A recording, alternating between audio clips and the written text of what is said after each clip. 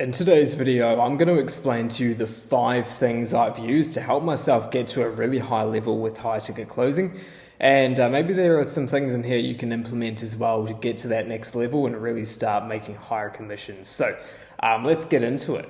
So stick with me to the end here and I'll show you also exactly how you can well surpass 10K a month and start moving toward that 20K a month level as well. Now, guys, if you can't sit around for a couple minutes here, that's already your big red flag that you're not going to do well in sales. So please stick around.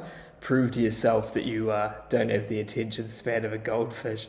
So that said, guys, the first thing, right, is all about emotional calibration. All right, so tonality, pace, and cadence. We want to make sure that when we're talking with prospects, we're matching them, and we're also using tonality in a way that asserts authority. Now, this isn't in some weird manipulative way where we're trying to, come across as like a macho man or whatever. But what we're trying to do is just make sure that we're assertive and convicted in the way we're speaking, right? So you can hear the way I speak right now is that I finish my sentences by downward inflecting, okay?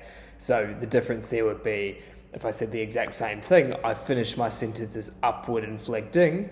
That's up, but we want to be inflicting downward because what that does is it asserts, subconsciously it sort of asserts like a confident tone and just allows you to come across as someone who's been around the block, you know what you're talking about, all right? Now, the next thing you want to do is be able to do what we call mirroring, all right? So this is where, obviously in your discovery portion of your sales call, what you're doing is you're gathering as much data as possible around the prospect's current situation. Now, your goal at the end of that discovery portion is for you to then determine, can I actually help this person? And if the answer to that is yes, what you want to do is use everything they told you to your advantage when you go to pitch them. And the reason why this is okay, and the reason why it's okay to sort of, mold the pitch in a way that has it perceived better for them and more of a fit to what they're after based on what they told you, is because you actually believe you can help them.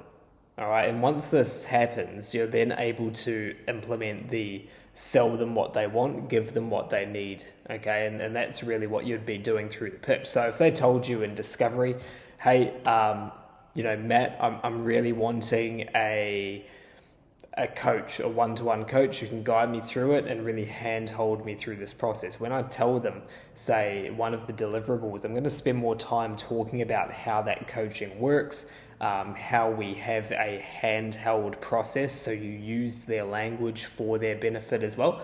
And that's really going to allow you to have it so that when you go to heat check them, they're probably going to give you an 8, 9, 10 every single time. The other thing you want to be doing, guys, number 3 is role play. So this is more for beginning stages because I believe as you get further into the journey, each call, each repetition serves as a better reference point than, say, doing fake phone calls. But when you're starting out and you're trying to get confidence, you're trying to hit your first 10K month, you want to be doing role play just to ensure that you're confident in your process, you understand exactly what you're going to say, when you're going to say it, how to manage objections and things like this. That said, even if this is just with a friend, it doesn't have to be with another salesperson. It can literally be with your parents, your friends, whoever, your girlfriend, anyone who can just basically be a difficult prospect to you. Now, the other thing you want to be able to do, guys, is just ensure that you have your priorities straight. Okay, so I see a lot of people trying to memorize word tracks and understand how to handle objections like the think about it or the wife. And, to be honest, I think that objection handling can be a lot more dynamic than, say, word for word scripts. But that aside, what I mean by prioritization is that you actually are putting more emphasis on the discovery portion of the call so you can pre-handle objections and make sure that someone is actually fully qualified before you pitch them, because then 2 things are going to happen, right? You're going to get more people sign up at the end, and you're also going to make sure you're not wasting your time, all right? And this leads me on to the last one. I don't know if that was 4 or 5, but the last one is making sure you're qualifying properly. And I'll tell you why this is really key. It's because you don't want to be wasting your time an hour on a call with someone just to get to the end and they tell you they've only got $500 to invest in themselves, let alone maybe nothing at all, right? And, the reason why this is important, obviously, because it sucks to hear that. And what it's going to do is start chipping away at your morale. And whether you like it or not, the next call you get on, you're going to be slightly less motivated than before unless you're really level, okay? And to be honest, when most closers are starting out, they're not going to be level. They're going to be subject to that up and down that is sales.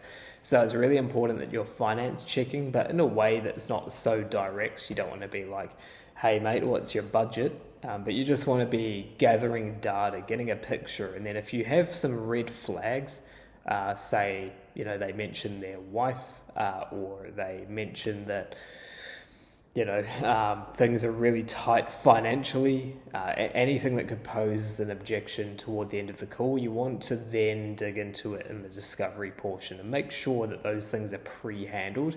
But specifically from a money point of view, the last thing you want is to get to the end, have someone tell you, look, I'm 10 out of 10, I want to do this, but I just don't have the funds. Okay, so guys, that said, if you do all of those things, I'd be very, very surprised if you couldn't get to at least 10 to 15K a month, because really, if you are doing those things effectively, you're 80% of the way there. So quick, short, sharp video here, like and subscribe. If you're wanting help to become a high ticket closer, click the link in the description. I've got a link there to my calendar where we can see if we can help you out. If not, keep watching my content and I'll see you in the next video.